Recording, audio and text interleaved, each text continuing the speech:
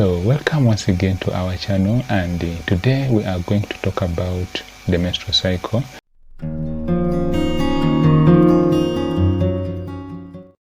This is Pregnancy Solutions with Gerard Massa. Yes, understanding the menstrual cycle begins with understanding the hormones that are involved in the whole process of the menstrual cycle. The hormones that are involved in the menstrual cycle are typically 4 hormones, although a woman has many hormones in her system, but today we are going to talk about specifically only 4 hormones, and these hormones include: the first one is the follicle stimulating hormone, the next one include the luteinizing hormone, the next one is what we call the estrogen, and then of course lastly the one which is called progesterone. Understanding these hormones makes it very simple for us to understand what the menstrual cycle and how the whole menstrual cycle happens and it goes on. So we know very well that the menstrual cycle is a cyclical phase, it's a cyclical process whereby, by cyclical I mean it happens monthly. The menstrual cycle is divided into 2 phases. We have the first phase, which is called the follicular phase, and then the second phase is called the luteal phase. The luteal phase normally is constant for it's actually only 14 days. It happens over a span of 14 days. It is fixed, it does not change, whereas the follicular phase is the one which keeps alternating depending on the woman.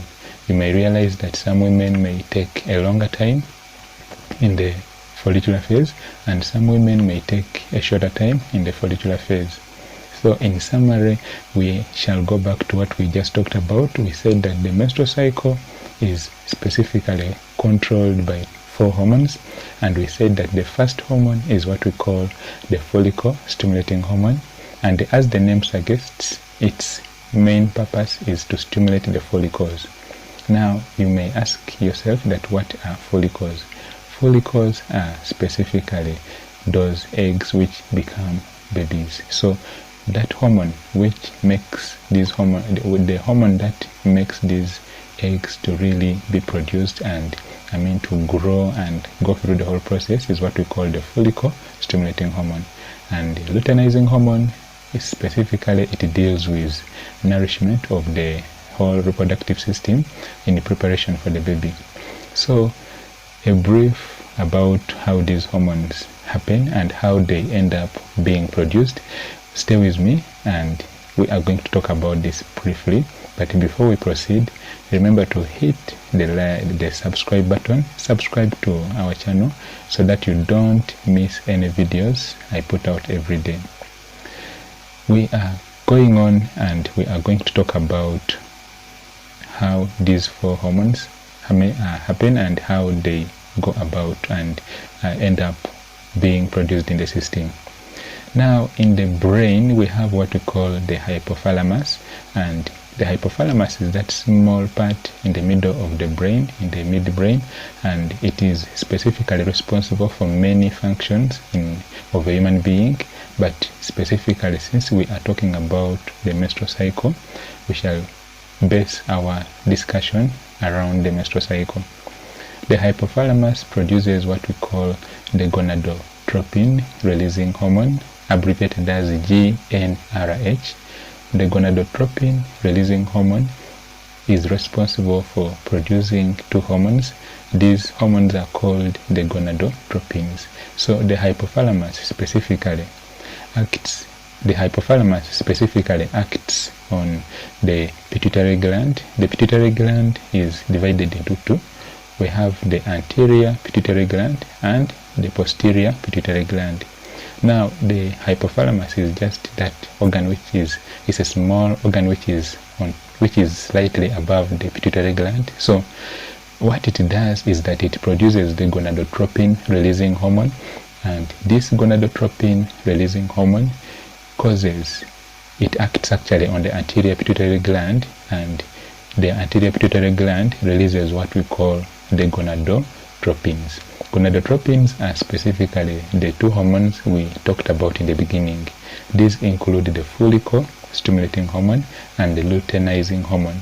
abbreviated as FSH and LH. After these two hormones, the follicle-stimulating hormone and the luteinizing hormone, after they have been released, they travel in the bloodstream. Specifically, hormones actually travel through the bloodstream, and we shall talk about that in our next video. But right now we are focusing on the menstrual cycle. So when the follicle-stimulating hormone and the luteinizing hormone has been produced, it travels through the bloodstream, and it actually goes up to the ovaries. And when these two hormones reach the ovaries, the follicle-stimulating hormone acts on the granulosa cells. The granulosa is that inner part of the egg cell. The follicle-stimulating hormone acts on the granulosa, and it actually brings about the production of what we call, of a hormone we call estrogen. Some doctors call it E2 or estradiol, excuse me. So what happens is that when the follicle-stimulating hormone has been released, we said that when the follicle-stimulating hormone has been released, it travels to the ovary, and it travels to the ovum, and it actually specifically goes to the egg cell and acts on the granulosa cells, producing estrogen. So whenever you hear estrogen, whenever you hear your doctor talking about estrogen, just know what we've talked about. Just remember and say that get it that estrogen is a result of the follicle-stimulating hormone, which came from the anterior pituitary gland. So when this follicle-stimulating hormone has acted on the egg cell, specifically on the granulosa cells, the estrogen is released. And we know very well that estrogen is actually a steroid sex hormone, and it plays a very big role in the development of the sexual features of a woman, including the private parts, the uterus, the inside of the uterus. It prepares the inside of the uterus. It also brings about the thinning of the mucus around the cervical canal, specifically when this mucus around the cervical canal has been thinned, and a woman happens to be with her partner, then there are higher chances that the male sperms will go through, and then of course fertilization will happen. So when we are talking about this, it's very vital that we put everything into consideration, because once we understand how these hormones work, then we shall also simplify the issues of like pregnancy, why a woman gets pregnant and why a woman fails to get pregnant. So this is very important that we get these steps very well. Remember, we've just talked about estrogen, and we've talked about how estrogen ends up being released. We said that the follicles, we talked about the follicle-stimulating hormone acting on the granulosa cells, producing the estrogen. The LH, or the luteinizing hormone, acts on the theca cells. The theca cells are those outer lining, those cells which cover the egg cell, the outer layers, kind of like a cell wall that covering it. So the luteinizing hormone acts on the luteinizing hormone. The luteinizing hormone acts on the theca cells, producing what we call progesterone. Progesterone is that hormone that is responsible for the thickening and the thickening of the cervical mucus, and then of course also it's also a hormone that plays a very big role in the preparation of the endometrium.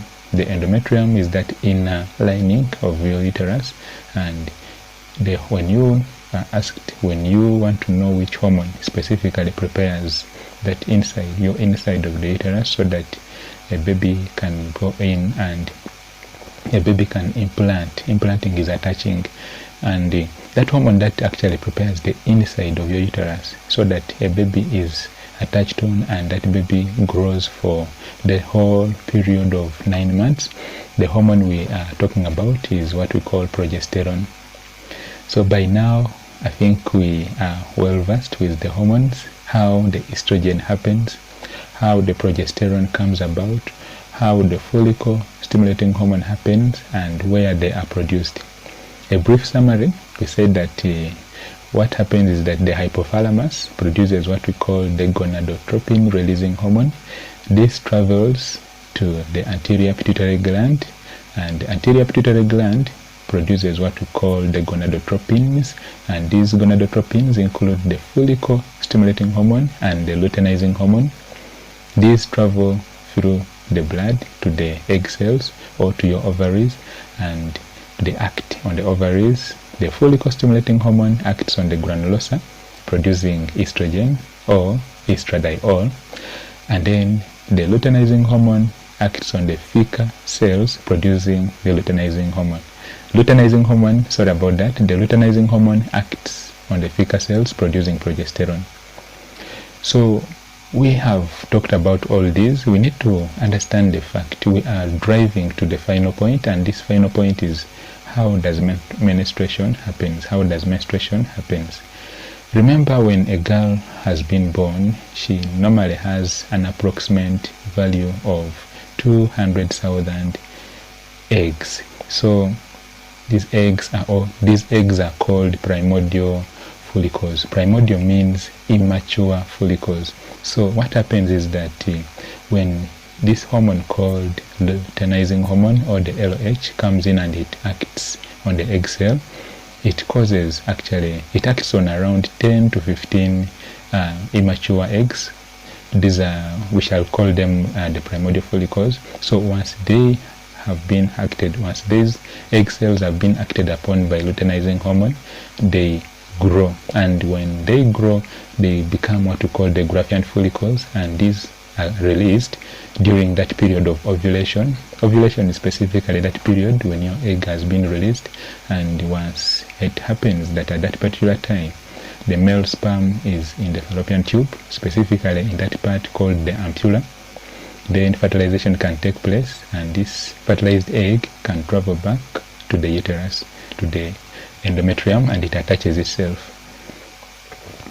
What happens is this: if at all the release of this egg has not happened, fertilization has not taken place, then through a surge, through a release of these hormones can go on reducing in their quantity.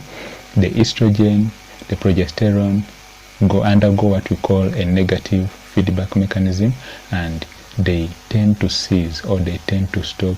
Their levels reduce, and the end result is that when these hormones are low, when these hormones are reduced in your system, then what happens is that that superficial layer, the outer layer of your inside, the outer layer of your endometrium, and the inner middle layer, they tend to actually shrink, they increase in size, and then they are shed out, and shedding out of this inner layer of your uterus is what we call menstruation. So by now we understand what menstruation is and how it happens about. We know that it does not just happen. It is actually a combination, or it's a combination of like actions and processes happening, and these actions include hormones being released from your brain, and they go on and they bring about all these changes. Please remember to subscribe to our channel, Pregnancy Solutions with Gerard Massa.